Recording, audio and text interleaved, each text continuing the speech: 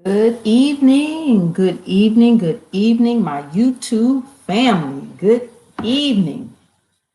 Wow, today is Wednesday, February the 10th, y'all.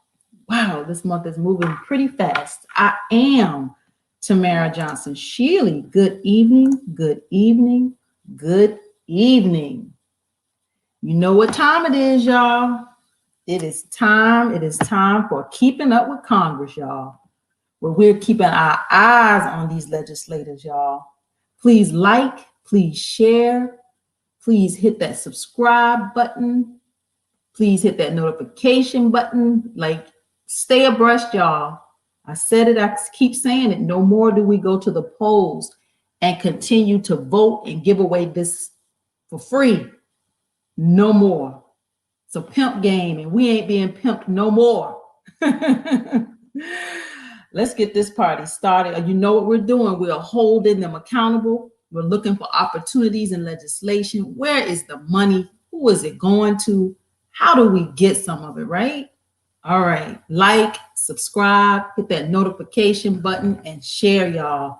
Got my screen up. Of course, you know, as usual, this is brought to you by Withhold the Vote, where we hold our elected officials and our candidates accountable. We are harnessing our political power, and today is Wednesday. On Wednesday evenings at 7:00 p.m., y'all, we are having our meeting. We get behind the scenes. We hash this stuff out. We go over these bills. We see what's going on.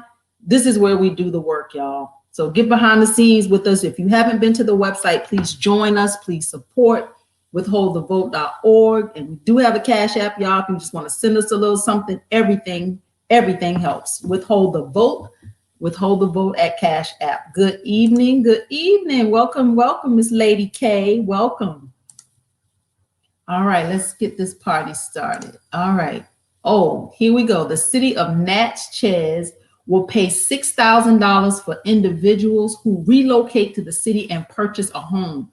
Y'all, I didn't even know where Natchez was, but I'll tell you where it is in just a few minutes.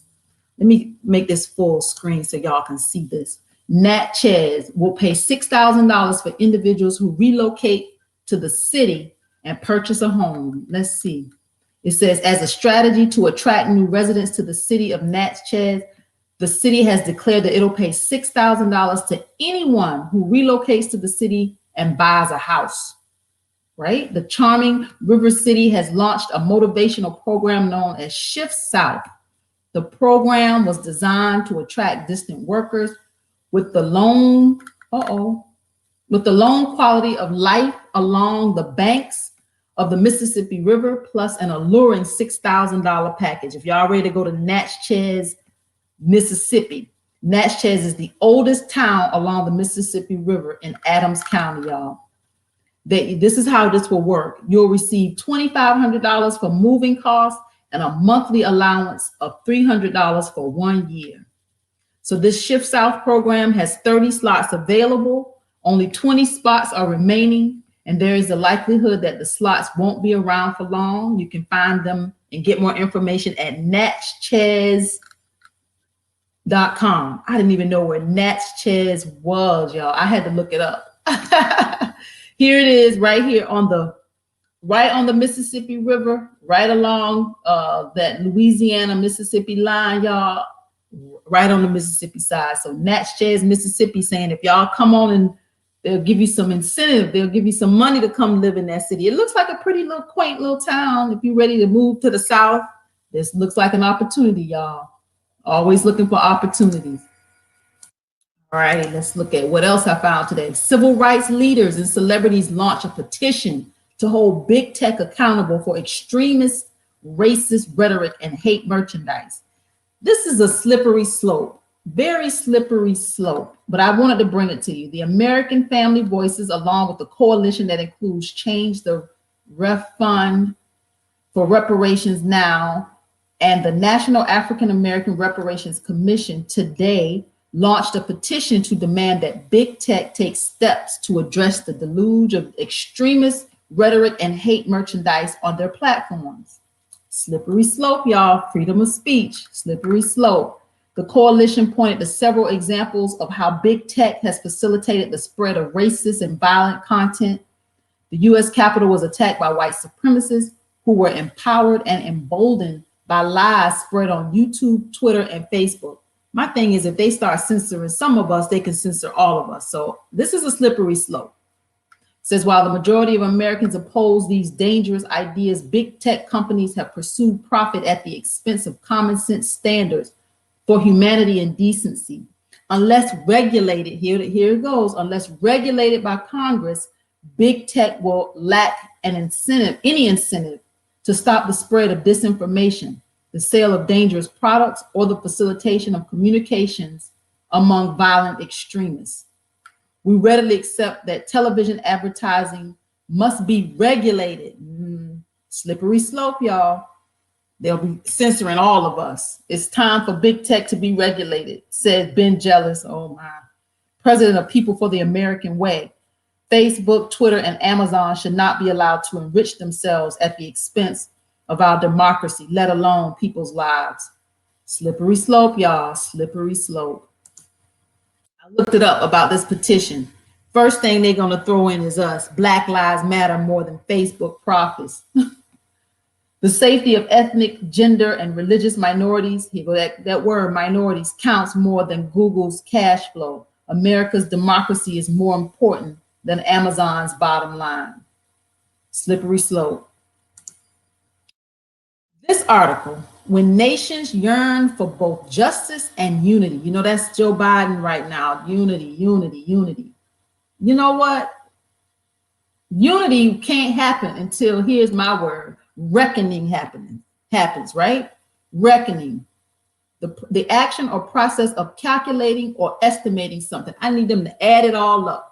Until there is a reckoning in this country, Joe Biden, I don't know nothing about no unity yet, because you're gonna have to come to grip. We're gonna have to come to terms with what's happened to us, where we are now, and where we're going, and it needs to be rectified.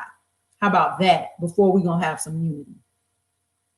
I just thought the title was interesting. It just caught my eye, and I thought about, like, no, reckoning. So let's dive into these bills, y'all. You know, they have gotten into the 300s with these Senate bills. So we are a bit behind, but you know, we're right on time, y'all. We're keeping up with Congress. So let's dive into these bills tonight. Senate Bill 121 is a bill to amend the Workforce Innovation and Occupation Act to establish demonstration and pilot projects to facilitate education and training programs in the field of advanced manufacturing. So I think about this Workforce Innovation and Opportunity Act to establish demonstration and pilot projects to facilitate education and training in the field of advanced manufacturing, jobs, opportunities, y'all. Where's the money? How do we get some of this? Representative Rosen, Democrat out of Nevada, Senate Bill 121. Senate Bill 122 is a bill to provide a credit against payroll taxes to businesses and nonprofit organizations that purchase or upgrade ventilation and air filtration systems to help prevent the spread of COVID-19 and other airborne communicable diseases. So yeah, that's these facilities that have to be retrofitted now that, you know, we're in this COVID season, these air purifiers. So Senate Bill 122, y'all, Representative Rosen, Democrat out of Nevada. Senate Bill 123 is a bill to amend Title 18 United States Code to prohibit a healthcare practitioner from failing to exercise the proper degree of care in the case of a child who survives an abortion or an attempted abortion. Y'all, it's a lot of abortion bills tonight. I'm just gonna kind of go through them relatively quickly because there's a lot of them. Senate Bill 123, y'all. Senate Bill 124, another one, a bill to amend the Internal Revenue Code of 1986 to provide that amounts paid for an abortion are not taken into account for purposes of the deduction for medical expenses. Senator Lee, Mike Lee, Republican out of Utah. I'm telling you, y'all, these abortion bills, it's a lot.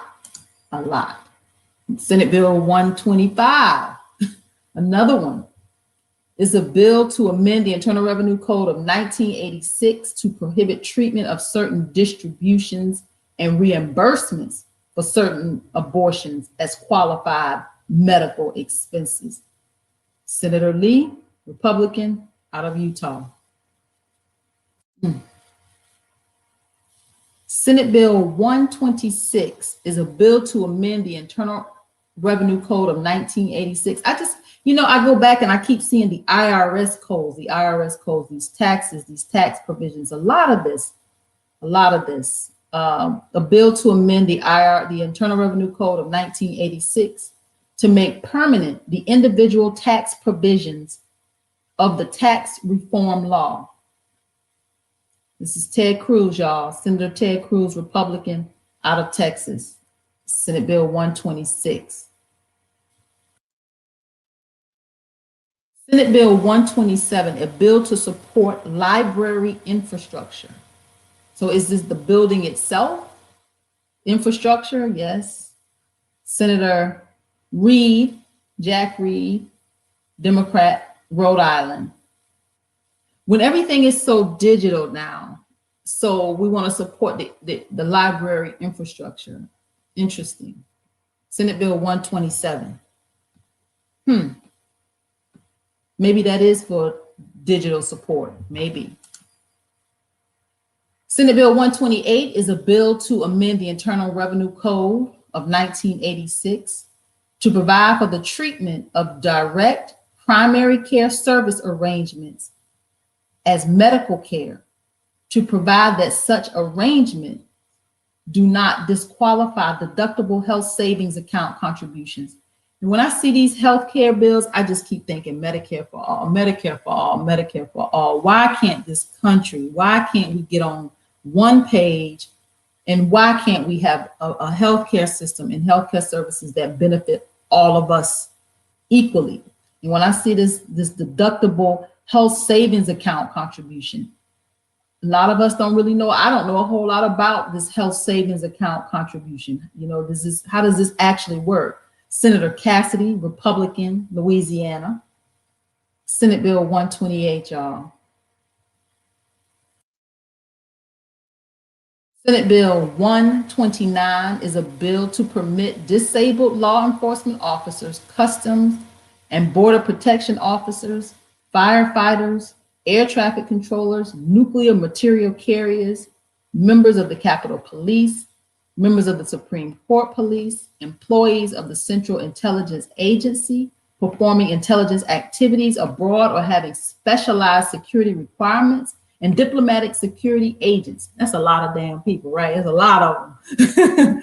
Of the Department of the State to receive retirement benefits in the same manner as if they had not been disabled. So there's something with disability in their retirements that's connected.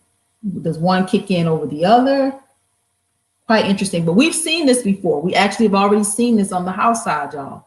So this is Senate Bill 129. We have already seen this. Senate Bill 130 is a bill to extend to the mayor of the District of Columbia the same authority over the National Guard of the District of Columbia as the governors of the several states exercise over the National Guard of those states with respect to administration of the National Guard and its use to respond to natural disasters and other civil disturbances. It's given the DC area the same authority over the National Guard as states, because DC is not a state. We've seen legislation to push this forward for DC to actually become a state.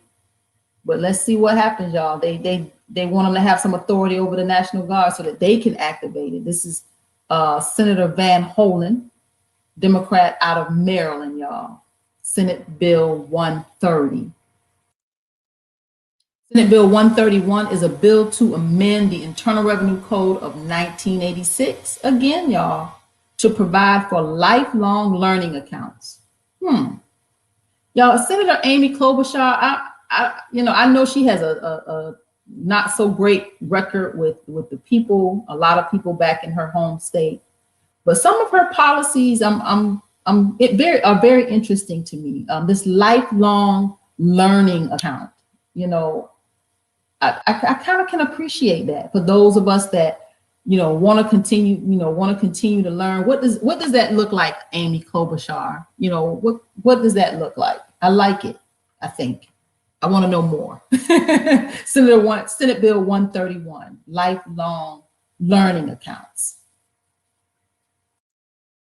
Senate Bill 132 is a bill to amend the Internal Revenue Code of 1986 to establish a tax credit for training services received by individuals who are unemployed as a result of the coronavirus pandemic.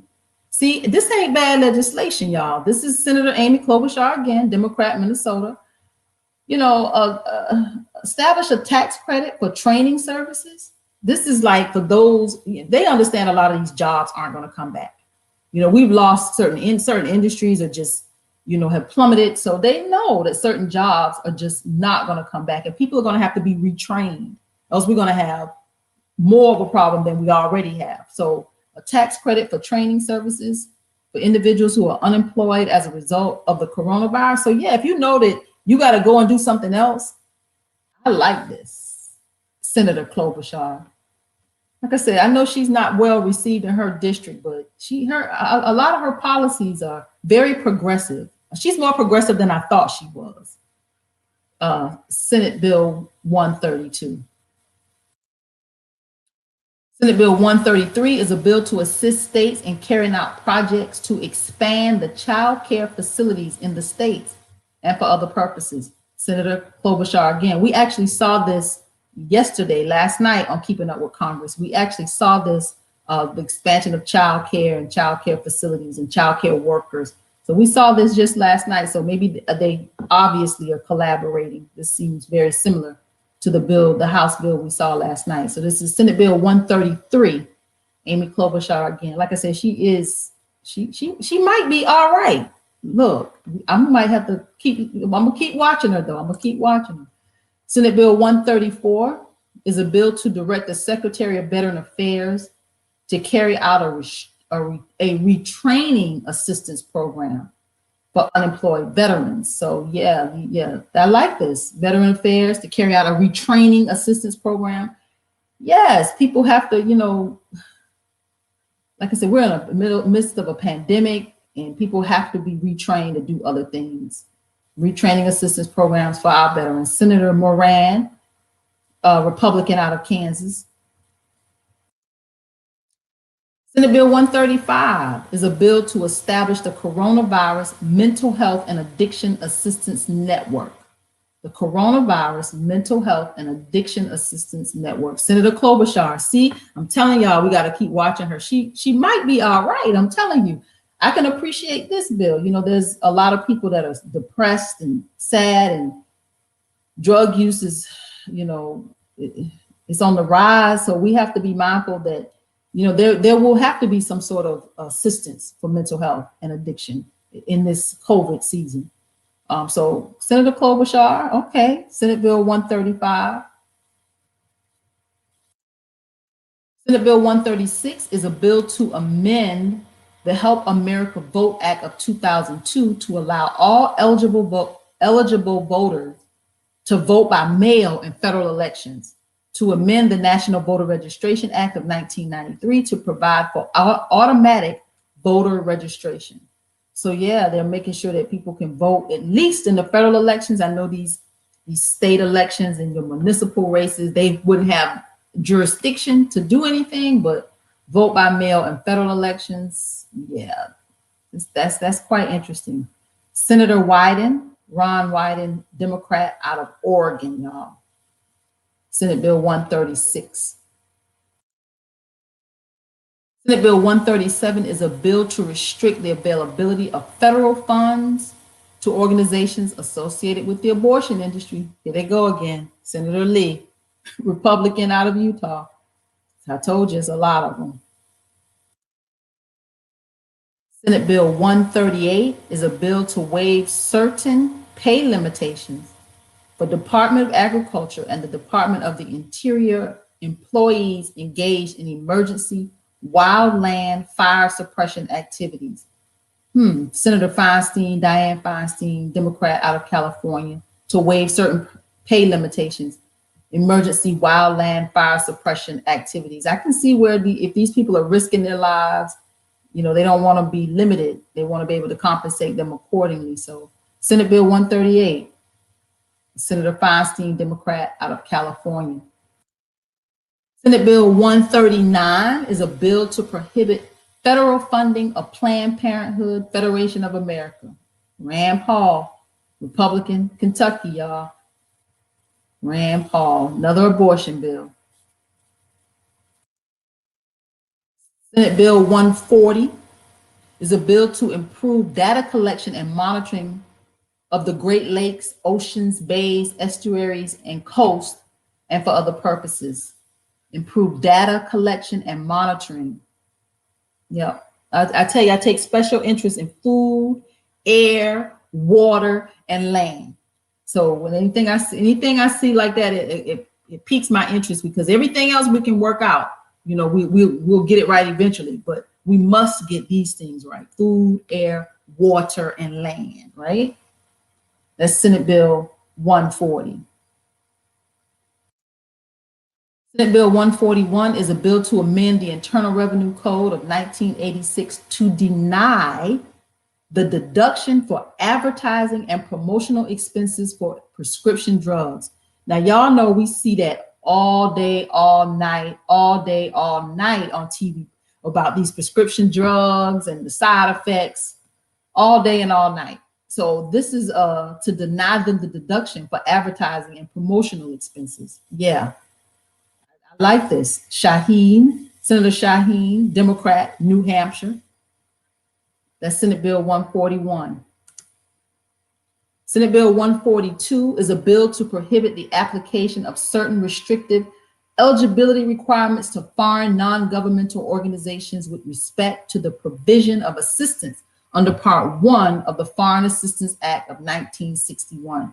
Y'all, we talked about this last night. We looked at this Foreign Assistance Act. We looked at this in our broadcast on last night. So this is Senator Shaheen over in the Senate.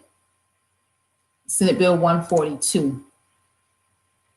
Senate Bill 143 is a bill to authorize the use of the rotunda of the Capitol for a memorial service in honor of the United States Capitol Police Brian Sicknick for his courage and sacrifice at the United States Capitol on January the 6th, 2021. So this is where, you know, I wondered why it was a bill, and I guess because of the fact that it might be some monies involved. Why was this not a resolution? Yeah, Senator Tim Scott, Republican, out of South Carolina, y'all. Senate Bill 143. We're actually probably going to end just a few minutes early tonight. So because again, we have our meeting, we get behind the scenes, we do the work. This is how we keep up with Congress, y'all. So we've got a few more bills to go here. Senate Bill 144 is a bill to authorize the Secretary of Health and Human Services, acting through the Director of the Indian Health Service, to acquire private land to facilitate access to the Desert Sage Youth Wellness Center in Hemet, California.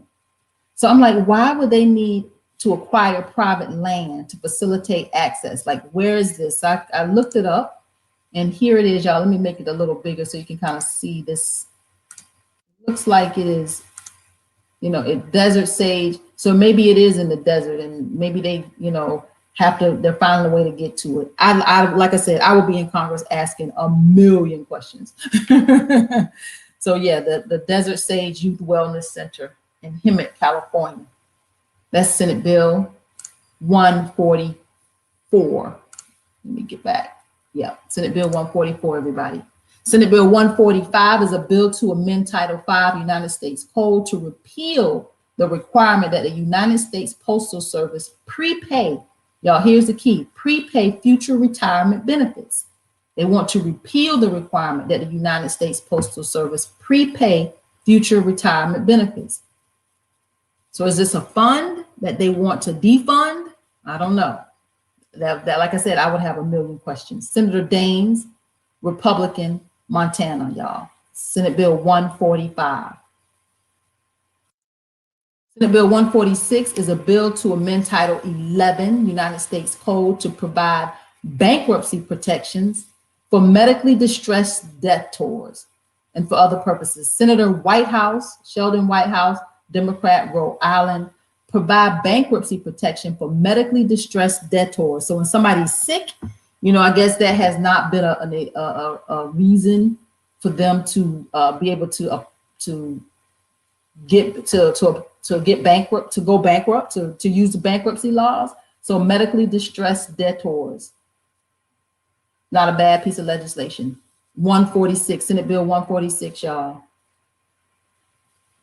Senate Bill 147, we are almost at the half hour, is a bill to amend the Internal Revenue Code of 1986 to impose a limitation on excess business losses of non-corporate taxes and to modify the carryback of net operating losses for certain taxable years. This is where I tell you, I would surround myself, if I was in Congress, with people that are much smarter than me, that understand these tax codes, that understand this language. Senate Bill 147, y'all. Senator Whitehouse, Rhode Island, Democrat out of Rhode Island. Senate Bill 147.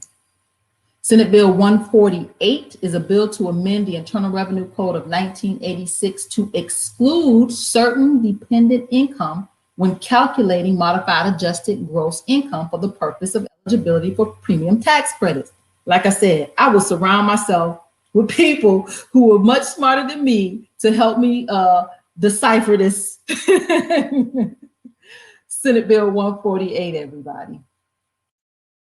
Senate Bill 149 is a bill to amend Title 11 of the Social Security Act to provide secretarial authority to temporarily waive or modify application of certain Medicare requirements with respect to ambulance services furnished during certain emergency periods. So every time I see anything about Medicare, Medicaid, I keep thinking about Medicare for all and how we must have a healthcare system that treats us all equally, y'all. Again, this is Senate Bill 149. Senate Bill 150 is a bill to amend Title 28 of the Social Security Act to require the inclusion of certain audio-only diagnoses in the determination of risk adjustment for Medicare Advantage program. Goes back to Medicare for all, y'all, Medicare for all.